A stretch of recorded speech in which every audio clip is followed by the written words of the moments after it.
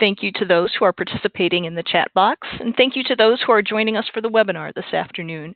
If you haven't already, please take a moment to introduce yourself in the chat box. My clock says 2 o'clock. We'll wait just another moment or two for last minute joiners to join us. Please recognize that your microphones are muted and will remain so during the bulk of our presentation today. We'll talk more about that in a few minutes, but thank you for joining us.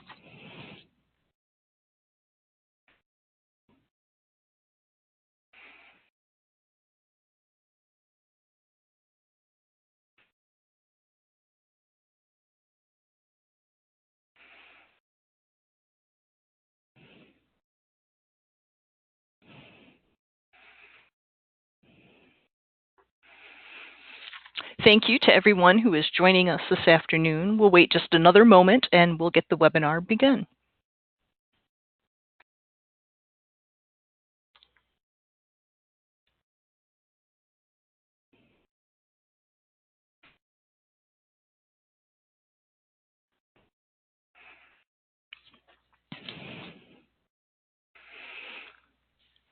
I show we're at just a couple of minutes after 2 o'clock.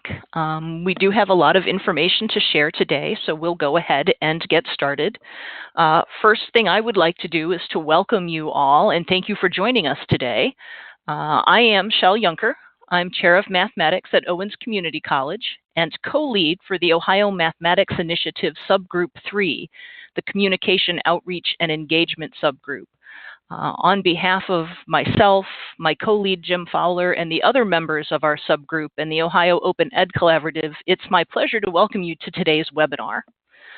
Our webinar this afternoon seeks to provide members of the mathematics community and other interested participants in an overview of the open educational resources that are available in mathematics, most specifically those available through the Ohio Open Ed Collaborative.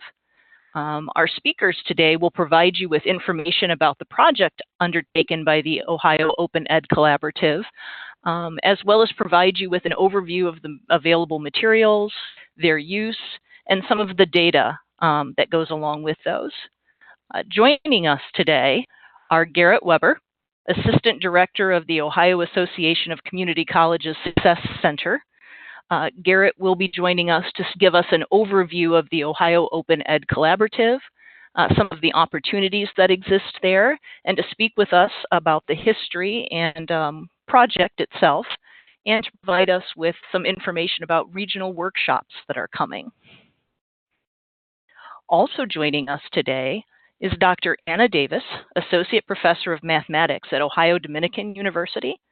Anna is one of the members of the steering committee for the Ohio Open Ed Collaborative and has given numerous presentations about our open educational resources and is very intimately familiar with the materials that exist and has designed many of them herself. Also participating today is Dr. Jim Fowler, Assistant Professor of Mathematics at The Ohio State University. Jim is largely working with calculus and chimera, and I just love the quote that calls him the prof that's making calculus go viral, and he'll be talking with us today about some of the results from the calculus course. So I think we have a good balanced program with us today. So we'll get to those folks in just a moment, but before we begin, let me cover just a handful of housekeeping items. For the interest of time and for the sake of background noise, microphones will remain muted throughout the course of the webinar. So I would ask that you use the chat box to pose any questions during the presentation itself. I will be monitoring the chat box and making note of what those questions. We have about 45 minutes of presentation to give, and then we've been for about 15 minutes of question and answer at the end. So I will monitor those questions and make sure they get answered at the end of the webinar.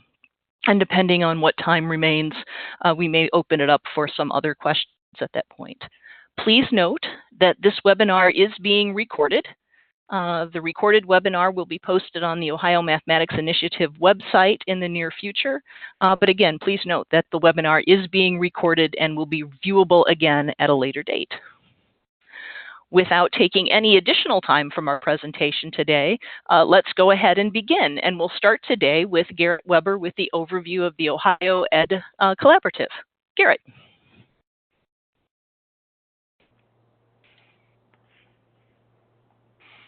Thank you. I'm just going to get this set up really quickly.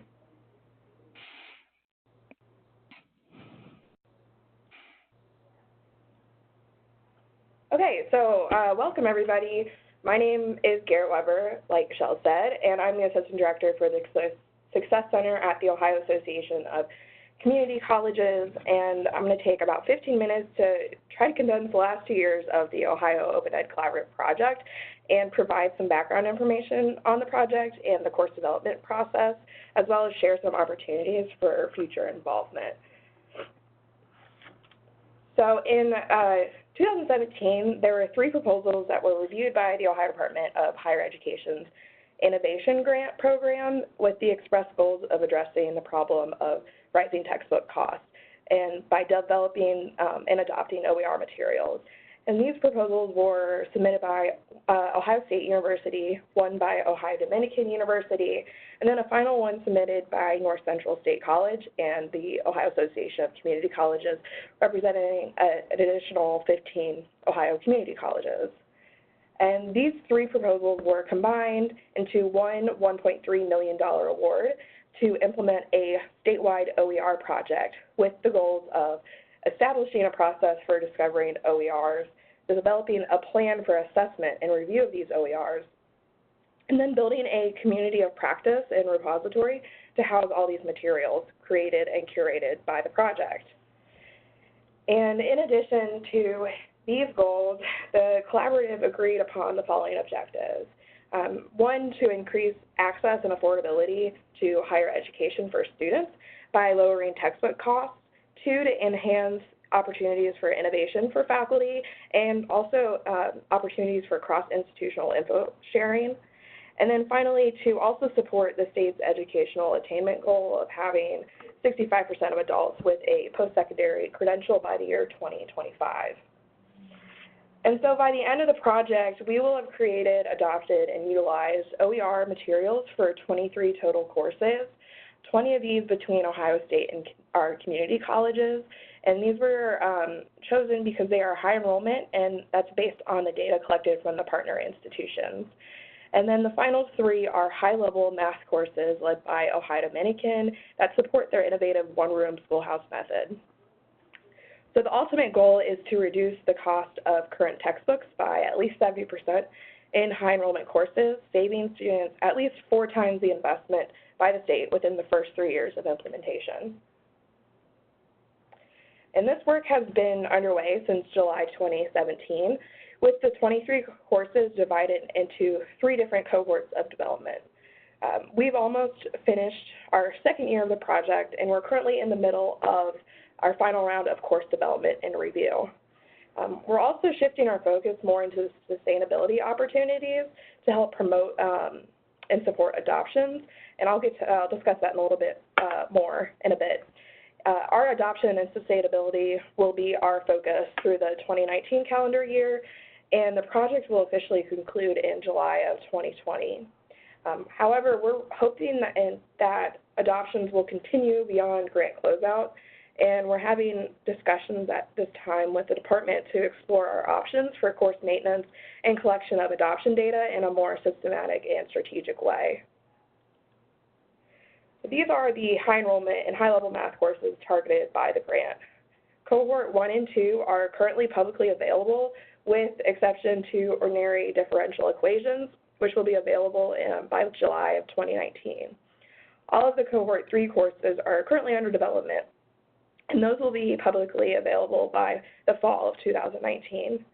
So as you can see, we've targeted several levels of math courses, and that includes linear algebra, statistics, calculus 1 and 2, ordinary differential equations, abstract algebra, college algebra, pre-calculus, and then 2 additional math education courses. So all of this work has been managed by a team of people from these project partners. Together, these representatives constitute the project steering committee. The project lead and fiscal agent for the grant is North Central State College. And we also have 2 university partners, Ohio State and Ohio Dominican University. Ohio State is in the process of conducting a robust project evaluation focusing on course adoptions and perceptions of OER, and they're also providing their expertise with managing OER course development. And we also have Ohio Dominican, who's providing their expertise for creating the high-level math courses, as well as helping us bring in the private sector perspective. So all of the 15 additional community colleges are being represented by the Ohio Association of Community Colleges, and we've been assisting with the administrative management and reporting to the state. We're also really happy to have support from OhioLink, who has been instrumental in creating the repository or microsite, and they have partnered with OER Commons to create an Ohio-specific OER hub, which also houses all the content created through this grant. Finally, we have financial support from the Ohio Department of Higher Education, and they've also provided key input and guidance and support as this project has evolved. So to create the targeted 23 OER courses, we have teams of faculty and librarians from the spectrum of Ohio colleges and universities who are collaborating to curate and review course materials to create the final collaborative course package. On each course team, we have 4 to 5 faculty content contributors who are responsible for creating and curating content, 1 librarian to help research and collate content, and then also 2 to 3 faculty reviewers to review the course materials developed by the content team. In order to participate on a course team, faculty were required to apply to ensure high quality. In the application, faculty were required to get a letter of support from their academic dean as well. So when the steering committee was selecting faculty and librarians for course teams, we tried to make sure that there was diverse representation from Ohio's community colleges and 4-year public and private universities. We also tried to ensure that there was at least 1 faculty member on each team who is either currently serving or has previously served on a state transfer panel. And once they were selected, participants received 6 hours of in-person training, which covered project deliverables and expectations, the OhioLink OER microsite, a review of copyright and accessibility, and then we also allowed for the teams to officially kick off their work. And then over the next 7 to 8 months after this training, teams worked together to create the final course package, starting with mapping the learning objectives to Ohio transfer modules and transfer assurance guide objectives. And this is so that the courses developed will be transferable anywhere in the Ohio public system and to also be consistent with state requirements. Teams also review existing OER content related to the course. And using this in the outlined objectives, the teams then begin working on the final course package by aligning the content to objectives in modules. And this is how each course is presented on the microsite. Teams also have the option of going beyond the minimum requirements and creating special projects. This could include a question test bank, sample assignments, other ancillary materials, or an open textbook review. And all of the special projects had to be reviewed and accepted by the steering committee to ensure that the project could be completed within the time frame and was within the budget considerations. And so about halfway through this time frame of the course package development, the review team joins the content team to collaborate and start the review process. The reviewers are responsible for giving feedback on the work, and then both teams work together to incorporate that feedback into the final course package. All of the participants in the project receive compensation upon completion of their work and the submission of that final course package. So once the course is complete, it is then uploaded to the OhioLink OER microsite, which was created in collaboration with OER Commons. Anna Davis will be walking you through the live version next, but here's just a quick sneak peek and the link if you are curious about having that. And as we're in the final cohort of our course development, we now have participation data to present, which will really highlight the scope of involvement and commitment from across the state. While we only had 18 institutions sign on to the project, we've had high interest from across the state. In total, there are 116 Ohio faculty and librarians participating in the project. Of these people, 18 are participating on more than one course team. On an institutional level, we have 37 different Ohio institutions represented, a total of 42 campuses around the state. And over half of all Ohio public colleges and universities have some representation in the project. So this includes for community college, 52 participants in 18 colleges, for public four-year institutions, 33 participants in 7 universities, for private four-year institutions, 27 participants in 11 universities. And then finally, for public branch campuses, 7 participants in 7 campuses. We've also had some promising preliminary adoption results. For instance, Ohio Dominican implemented the collaborative statistics course in 6 sections in the fall of 2018, and then 3 sections in the spring of 2019. A total of 242 students were enrolled, and the cost savings are estimated at approximately $60,000.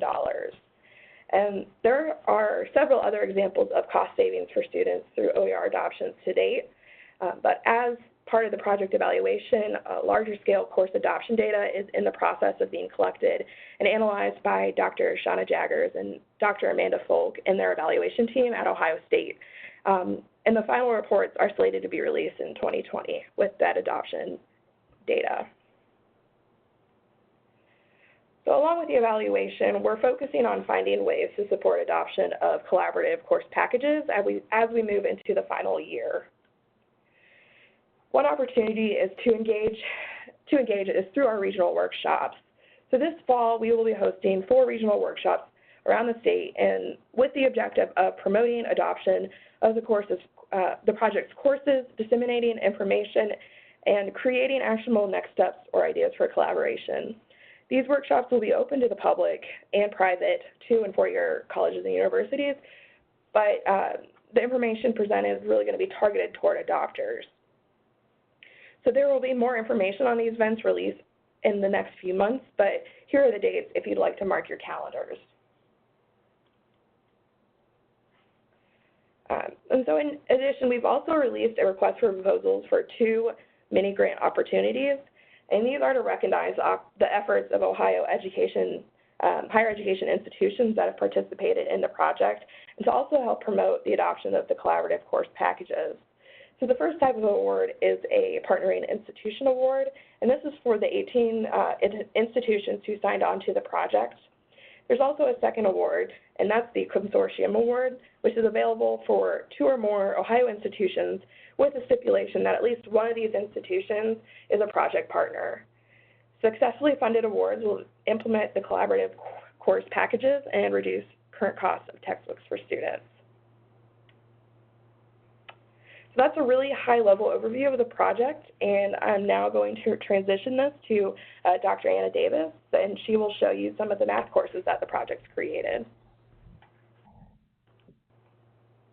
Hi, thank you, Garrett. My name is Anna Davis, and I'm a mathematics faculty at Ohio Dominican. I'm working on sharing my screen right now.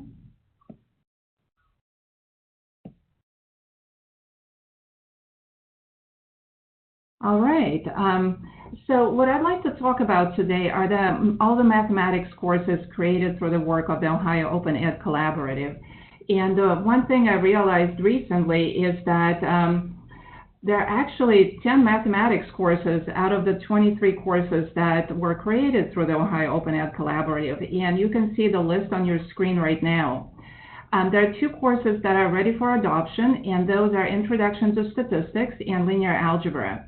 And coming soon in the fall, we'll have College Algebra Pre-Calculus In the spring, so pretty much ready to go, is Calculus 1 and 2. In the summer, differential equations, and again in the fall, early and middle childhood education and abstract algebra. So there's been a lot of work done in mathematics.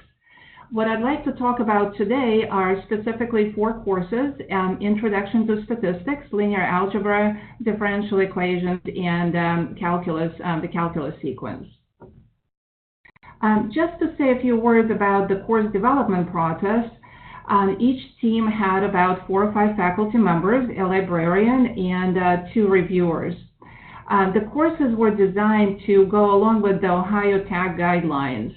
Most of the courses have those TAG guidelines, and like Garrett said, we wanted to make sure that most teams had a representative from one of those TAG committees on the team. Another requirement that we had for the teams is that the teams do not design their individual dream course, but so that they design a course that can easily be turned into somebody else's dream course. So we thought of ourselves as curators and people who went out and just found materials that were appealing and put them together in a way that was modular and easy to rearrange, so that the course that we created would fit different teaching styles and different objectives that individual instructors might have. And this is what we call the 80-20 rule. So 80% of the content and 80% of the preparation is provided by the teams, while the 20% is really up to the instructor. The instructor has to figure out how the different pieces fit together potentially, what else they want to throw in that would make their course more individual. These course packages are not 100% pick up and teach sort of packages, but they're more like your regular textbook where when you look at it, you select certain sections and you choose to omit other sections and maybe bring in some of your own materials to top it all off. So what were the deliverables in this project? I think most teams started by looking around to see if we could find textbooks that were already in the open domain and see if we can use those textbooks as a starting point. There were several sources for those textbooks. OpenStax was one of them, and I believe several teams are using those, statistics and college algebra being a couple of examples. We also looked at the materials available at Ohio Link, and this is partly why it was so useful to have a librarian working with us, is because many of us were not at all aware of the resources that were available at the library. And it turns out that members of Ohio Link have access to a bunch of free materials that are not technically open educational resources, but they're available for free to all of students in Ohio Link member institutions. And so if you're interested in finding a textbook, I would definitely recommend looking at Ohio Link among many other options. If the teams found that the content that's already available is not entirely satisfactory, some original content was created as part of the project, and I'll showcase some of it here today. We are also very aware that there is more to a class than a textbook. So, for example, worksheets, test banks, labs, and things like that can really make or break the course and make things a lot easier for the instructor. And so some of the materials that were created through this grant were worksheets and test banks and labs and other materials that would supplement a plain textbook. And like Garrett said, all of these materials can be accessed through the OER Commons microsite, and the link is right here in the presentation. So what I'm going to do is I will access the microsite right here, and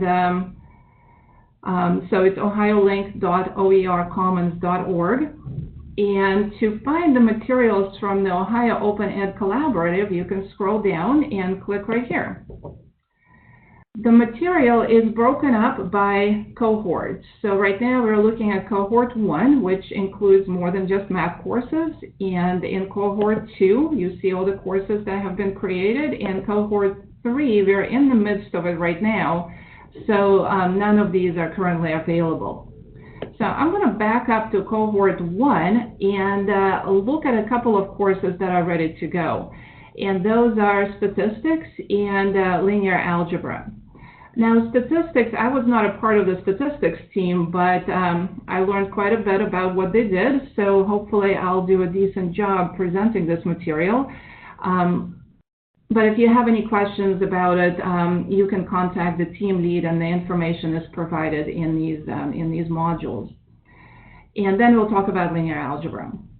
So if you just click on the statistics content right here, if you scroll down, there is a lot of information over here. And what I would recommend is that you just stop at the very top one where it says statistics course content and just click on that, because that takes you into a much more organized universe. Everything is broken up into topics. So this looks very much like a book chapter. You can scroll down and I'll show you one of these in a minute. All of these were designed around a textbook. The statistics team picked introductory statistics from OpenStax as their textbook, so you can see it right here. And so all of these materials, they're not really standalone. They go along with this text. So if we back up over here, I'd like to show you some of their extra materials that they have created. Numerical descriptions of data on single variable. So I'm just going to click on that. And numerical summary of data is one of their modules. And if you look on the side, they have all kinds of different types of documents. They have PDFs, they have Word documents, and what I find really exciting is that they have spreadsheets for students to use. I'm going to download one right now. And the nice thing about these spreadsheets is that they essentially replace a graph and calculator in the classroom. We know that TI-84 and calculators like that have been very popular for teaching statistics, but they are extremely expensive and they're not even textbooks.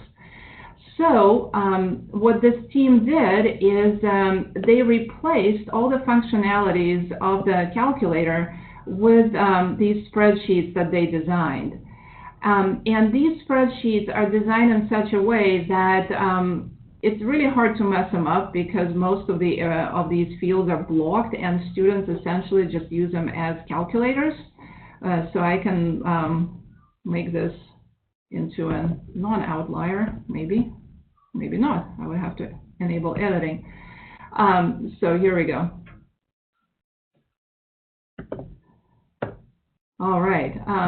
So students use these as calculators, and they're available for a variety of different topics. So you basically have enough computing power to cover the whole course with these different spreadsheets.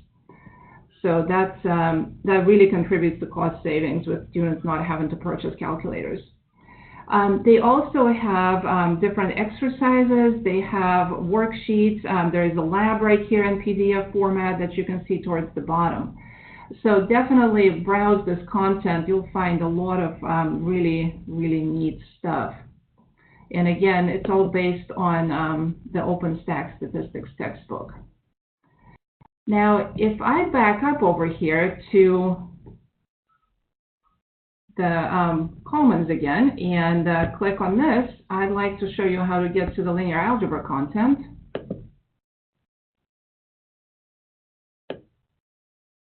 And it's in cohort 1, so if you click on this, and again, I am not going to scroll all the way down and look at all these different modules, because that's kind of a confusing setup a little bit. I'm going to click on the first one, course content.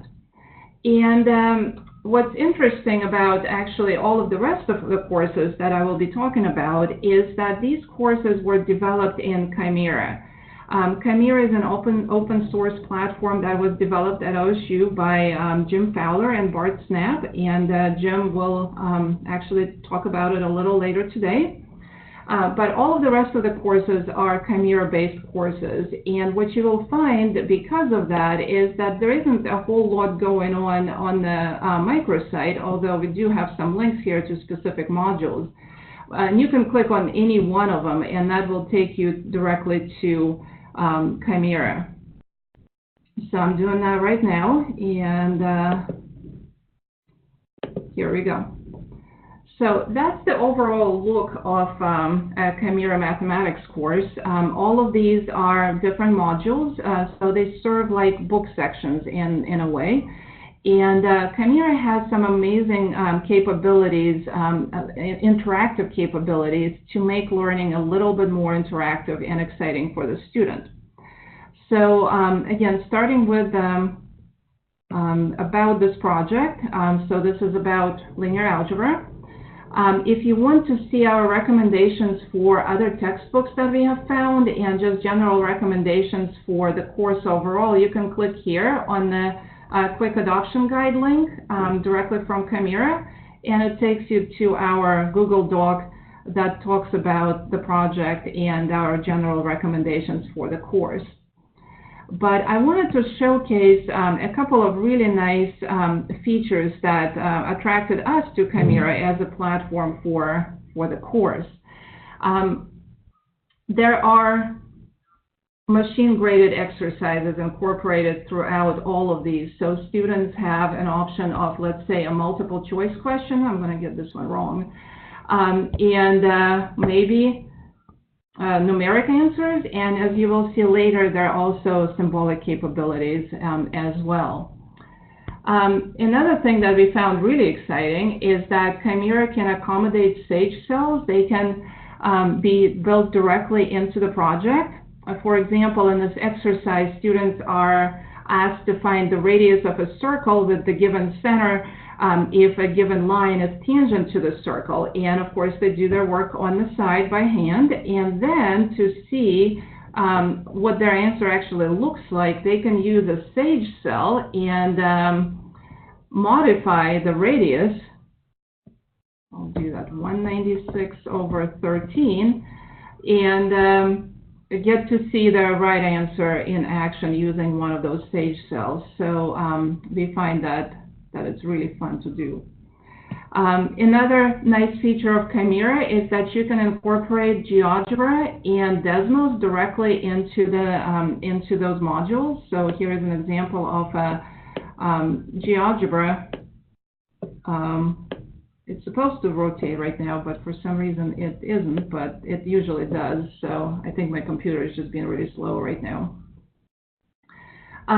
So overall, there are more than 50 modules that have been developed for linear algebra, and they are almost enough to teach a whole course. But again, right now, I would still recommend potentially going with a textbook on top of in addition to the modules, and we made some recommendations for excellent textbooks in the adoption guide. So that's linear algebra, and I'm quickly going to look at differential equations and then turn over to the calculus sequence.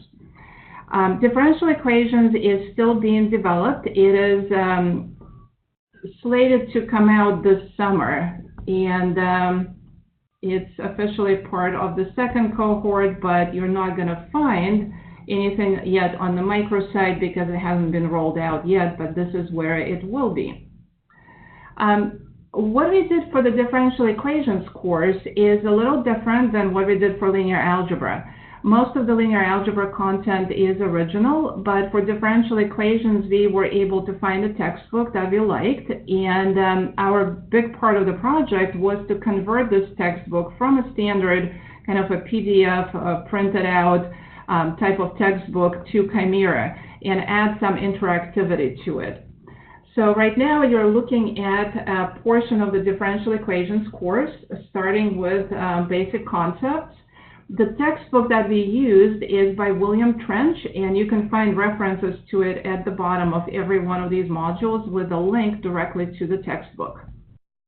Again, one of our goals was to add as much interactivity as possible to these modules. And so, for example, you can look at this Desmos little applet built directly into Chimera that allows students to visualize a particular solution to a differential equation. Again, we were very excited to be able to build in Sage cells directly into these modules, and students can even interact with these Sage cells directly by just typing different values. Hopefully that looks all right. So here's my point particular solution based on user input. We are planning to have some labs that go with this textbook. So students get to, say, observe a potato cooling and talk about draining tanks and pendulums and things like that as part of their differential equations course. Finally, I would like to show you a couple of two calculus classes, and this will provide a nice transition to Dr. Jim Fowler's presentation on the effectiveness of those calculus courses. So the best way to find those courses is, again, starting with OER Commons. You can scroll down, and calculus is part of cohort 2, so you can see Calc 1 and 2 right here, and click on one of them. And again, there is a lot over here, and I wouldn't scroll down that far. I would just take the first one and click on course content. That's the best place to get into any course. And because, again, this is a Chimera-based course, the best thing to do is look at this link right here. I'm going to circle it. This is the link that you want to get into Chimera. So I will click on it, maybe.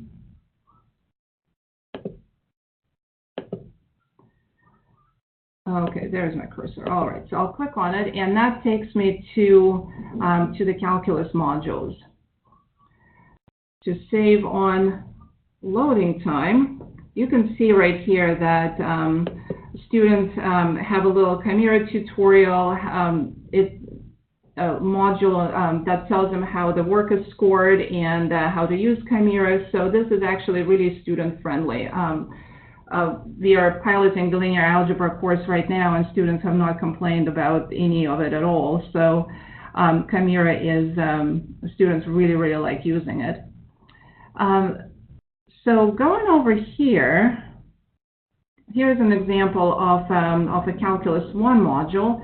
And a great example of how these machine-graded exercises are not restricted to multiple choice and numerical answers. You can type in an expression.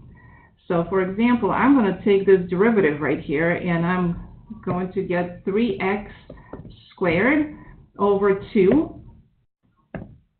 And one nice feature is that it displays the actual mathematical expression. Is this what I want? Yes, that is what I want, I think. And I got the right answer, so there it is.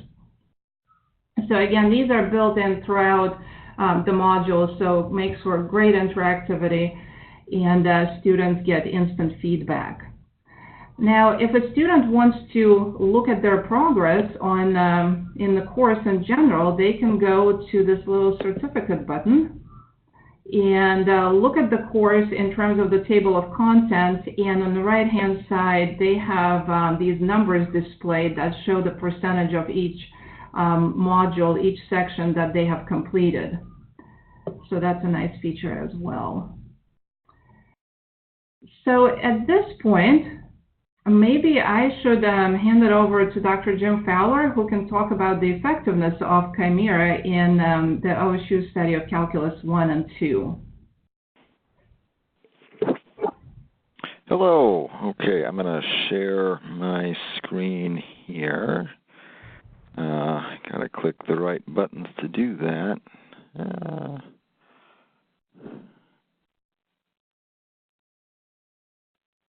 Let's see here.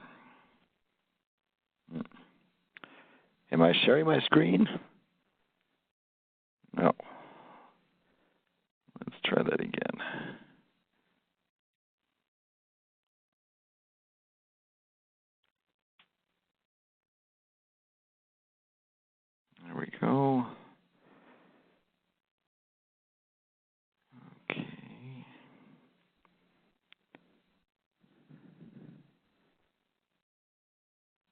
Okay, so hopefully you can see my screen now.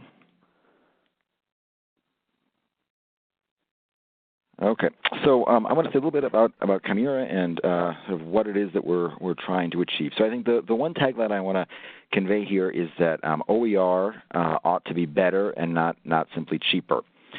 Most of the math departments in the United States are using some kind of online homework system. So when we're thinking about OER, if we're going to adopt a free textbook, but then we're going to ask our students to pay some third party like Web of Science or Pearson in order to get graded homework, that's really outsourcing the core mission of the university as sort of a bastion of assessment. And I think industries that manage to outsource the core thing that they do don't last very long. So this is really an existential question, I think, for academia and whether or not it's us that's grading students or third parties that are grading students. So when we're thinking about OER, I think a lot of times it's framed as a question about whether or not this stuff is going to be free or not free, but it's what kind of freedom. Is it free as in free lunch or free as in free speech? And the point here is that the actual choice that people are making when they choose a textbook for a course isn't really between the how much the book costs. It's really whether or not it's an open source book or a closed source book. And if you think about what a closed source book says about learning, it's actually essentially antithetical to everything that I think we believe in as academics. I mean, I think knowledge is a community-generated activity where the student and the instructor are co-creating some kind of understanding, and that is nothing like what a closed source book conveys, which is knowledge comes from an authority or something, and that it's just whatever the textbook says. So when we're thinking about assigning a textbook, we're really thinking about what kind of pedagogical principles are we conveying in the classroom, and an open source textbook actually better conveys the things that we value as academics in that, for example, the students can edit the textbook themselves. And that really isn't a question about price. I mean, if we had some sort of magic device that cost a few $100s that guaranteed students would pass these courses, then we would just have them buy that thing. I mean, it would be a no-brainer, But it turns out, the textbook maybe isn't the most important hinge as to whether or not people pass these courses. So if open is better, what is it that we're going to be doing relative to traditional publishers? We can't possibly beat just the economies of scale that publishers are able to provide. But what we do know is that we know our own students better than publishers do. And I think as masters of mathematics, we certainly understand the kinds of mathematical errors that our students are likely to make. And that's the same kind of reason maybe as to why Wikipedia ends up being better than Britannica. I mean, a lot of the content in Wikipedia is actually written by domain experts rather than generalists. And that means that, at least for specific subject areas, the content on Wikipedia is really quite excellent. And the underlying platform that powers Wikipedia, the sort of Wikimedia platform, is itself an open platform. Okay, so what we want to do is to kind of build a system that actually does something more than what a dead tree textbook or a closed source textbook would do.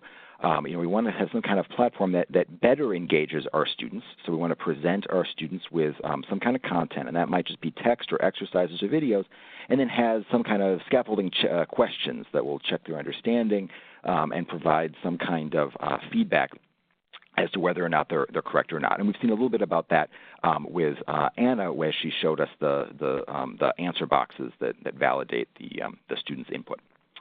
So that's what Chimera does. Chimera starts with LaTeX source and produces these interactive pages. So we've seen a little bit of that already. On the back end, it means that instructors write things like /answer, and they put the answer in there, and that creates an answer blank. And then the student can go in and put in whatever they think the answer might be in that blank, and then they'll be able to see right away whether or not they're correct or incorrect. And I think it's kind of neat to see that these answers can be placed in the textbook in a lot of, I think, surprising places. I mean, you can put an answer blank, as you can see in this middle example here, underneath the fraction bar. So this is a big square root symbol, a fraction with 1, and then an answer blank in the denominator, the correct answer to which is 4. That's, I think, a neat way to be able to engage students. And it makes it pretty easy to put answers into a traditional textbook, because you can start, as the team did, with a non-interactive differential equations text, for example, and then add interactivity incrementally to the book. Okay, so you can see then that it produces what looks like a regular calculus textbook, but it also produces these kinds of interactive web pages that we've just been looking at. And we've been using this at Ohio State now for a few years, and we began with an open source calculus book that was written in the 90s, actually, Community Calculus, sort of led by Gouchard, and we've been collaborating on that document via GitHub for the past few years. And the result is now that we've got a Calculus 1 book, a Calculus 2 book, a Calculus 3 book, a Calculus E book, which is between 2 and 3. It's the engineering-focused version of, let's say, Calc 2/3. And we've been doing this in the context of an IRB-approved study to see whether or not this stuff is any better.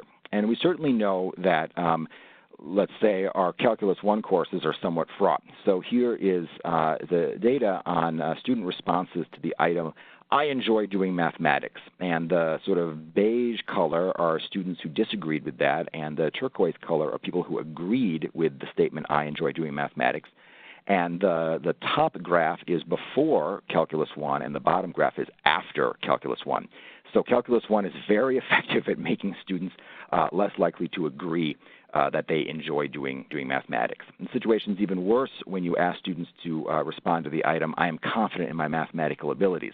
So Calculus 1 courses are great at making people feel less enjoyment towards mathematics and to be less confident in mathematics generally. So what can we possibly do about this? Well, one good thing is that, we try a lot of different things, but in particular, we can mess around with the textbook and see whether or not that affects anything. So we used a traditional closed source textbook in some sections, and we used the open source Chimera-based text in other sections.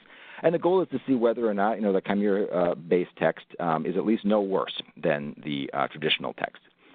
And what we see is that students do respond positively to the open source book. So that the top bar here is open source, and the bottom row is the commercial closed source book. And students are more likely to say that the open source book helped them learn the material than the students in the closed source sections. And similarly, students are more likely to say that the open source book was readable compared to the closed source section. And maybe that's something that we might understand the mechanism for. I mean, in the idea that we as people at this institution, best understand our students, the fact that we can maybe more easily customize the book to fit the kinds of things that we want our learners to be learning, suggests that we're able to make the book more readable than sort of a one-size-fits-all closed source solution would be able to. So that's maybe a mechanism that kind of makes sense. Now, the other thing that's, I think, maybe better news is some evidence on weak effective improvements. So we asked the students at both the beginning and the end of the course to respond to those items of enjoyment and confidence.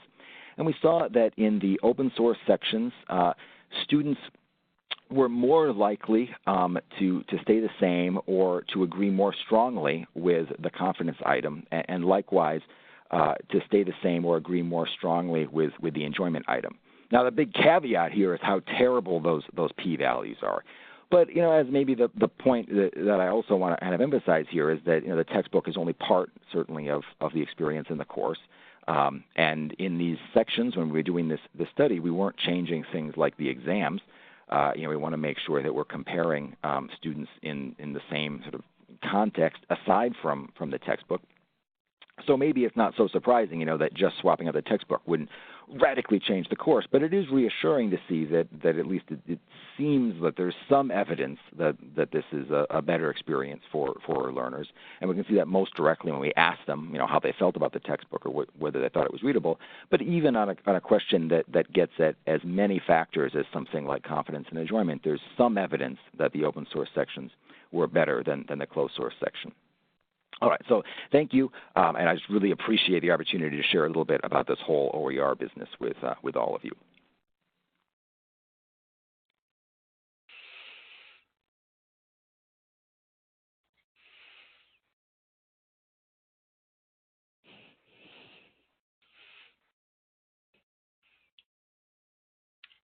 Is my microphone back open?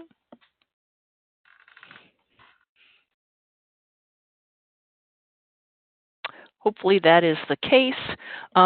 Couple of questions that came in. One of the questions submitted went through and asked, do these courses meet the learning outcomes for both the Ohio Transfer Module and the Transfer Assurance Guide? So for the mathematics courses, are the text aligned with the learning outcomes for the tags and the OTMs? And I believe that Garrett had addressed that in her presentation, but Garrett, do you want to weigh in on that? Yeah, so all of the courses are mapped to both OTM and tag guidelines. So I think the concern there is that if folks were to adopt that that the things that we need to have in our courses for the transfer module or tag approval would be there. And so it was designed specifically for that, correct? Correct. Okay. So one of the other questions that came in came from someone who was able to attend the Ohio Math Association of Two-Year Colleges conference the other week, where Anna Davis and Nick Shea talked a little bit about some of these resources from the Open Ed Collaborative. And the question says, at the presentation at Ohio-Matic, there was a link to sample tests for the statistics class that was showed. And they haven't been able to find that link again. Can we help? Anna, you had provided our quick tour. Do you know where to find the link for the sample statistics course tests, or is that something that I should follow up with our question asker? I think it's a great follow-up question. I don't have immediate access to this, but I think Nick Shea is probably the best person to contact about that, because I'm sure they're there. It's just I don't want to take the time to search for them right now. So do we have contact information for the person who asked the question? Yes, we do. Okay. Fantastic. So I can forward that question to Nick, and Shell, you and I can follow up on that? Sounds great, and we will take care of that then so that folks can get there. Can I offer just a really quick clarification on the tag guidelines? Sure. There are typically two types of guidelines. One were the mandatory items, and there were some that were optional. And I would say that all of the courses satisfy the mandatory guidelines, but those make up for about 75 to 80% of the course. And then the optional guidelines are the 20% of the course. And those are not necessarily met by the materials, and that's kind of where the 80-20 rule comes in. So if you pick up any of those materials, you will be able to map them to the mandatory guidelines, but then there is still a little bit of wiggle room that each instructor can fill in as they deem appropriate. And a lot of the times those materials are also in the Ohio Open Ed Collaborative materials, but not necessarily match what the instructor wants to do. But all the mandatory tag guidelines objectives have been met. Terrific. Thank you. Thank you for that clarification. One of the questions that came through included, it was noted that Ohio Dominican and Ohio State are using some of these materials currently. Ohio State, the calculus, and I think Ohio Dominican, I think Garrett had in her slide the statistics. Are other schools currently piloting any of the materials that are completed from phase 1 or phase 2? And if so, how many or which institutions? Yes, currently Lakeland Community College is piloting the linear algebra course. And they're also planning to pilot the differential equations course this summer.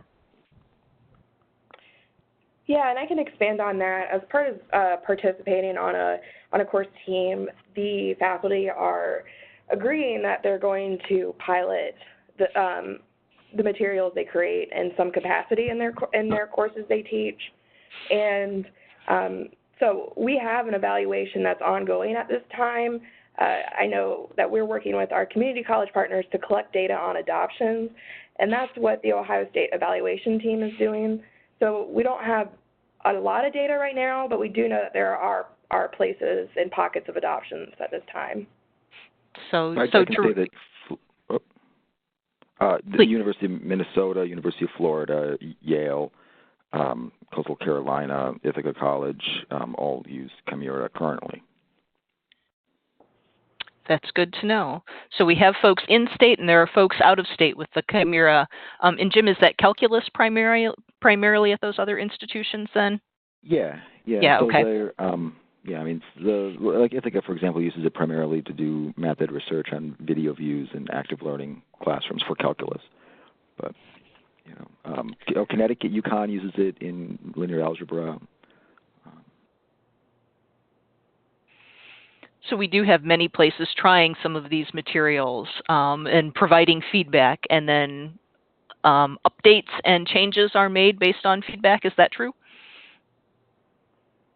Yeah, so I definitely encourage people to use GitHub and the issue tracking there. I mean, developing a textbook is developing a complicated technical document that has a lot of interconnected pieces to it. That's pretty much the same as developing a piece of software.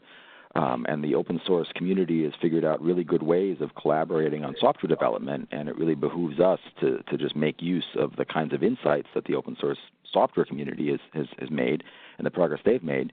GitHub's great, in terms of being able to make those kinds of online communities and online collaborations possible. Students here, for example, even make edits through GitHub. Okay. So feedback can be real time for students at that point in time. One of the questions is, if someone wanted to adopt these resources, is there anything in particular that they need to do to make an adoption? Maybe that's a question for you, Garrett.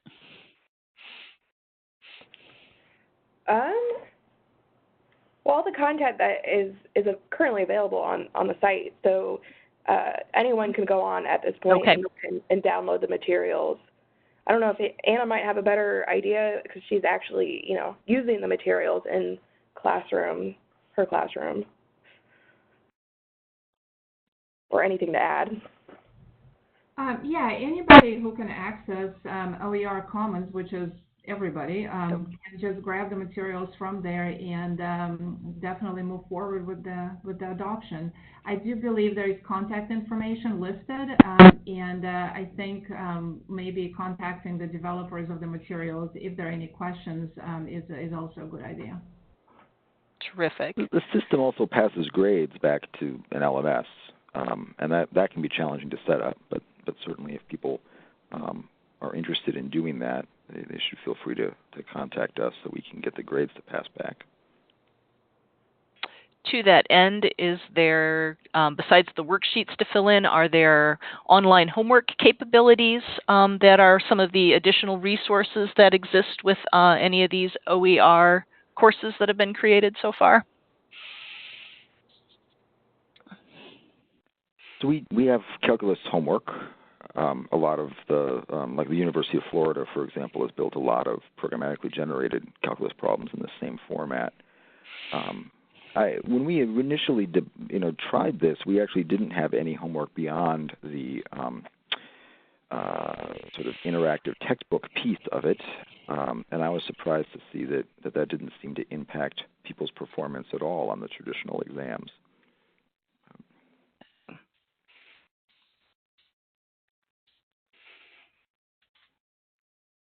Putting in the text box or in the chat box at the moment, are there any additional questions that folks have at the moment? I know we provided kind of a high-level overview of the project, of the resources that are available, but I think we could have spent a significant amount of time on any one area about what's going on, what's coming. And again, one of the things to note is that while our focus today was on the mathematics resources, that there are resources out there in other areas. And so there may be folks, Garrett had the list of community colleges and four-year institutions that are participating in the collaborative. There may be someone else on your campus, just not in your department, who has participated in the creation of some of these resources, or your librarian with the OhioLink resources might have some information as well. So those are some additional places to look for feedback and to ask questions. We are coming close to the end of our time. I don't see any additional questions that have popped up in the chat box at the moment. So on behalf of the Communications Outreach and Engagement Subgroup, I'd like to thank our presenters today, Anna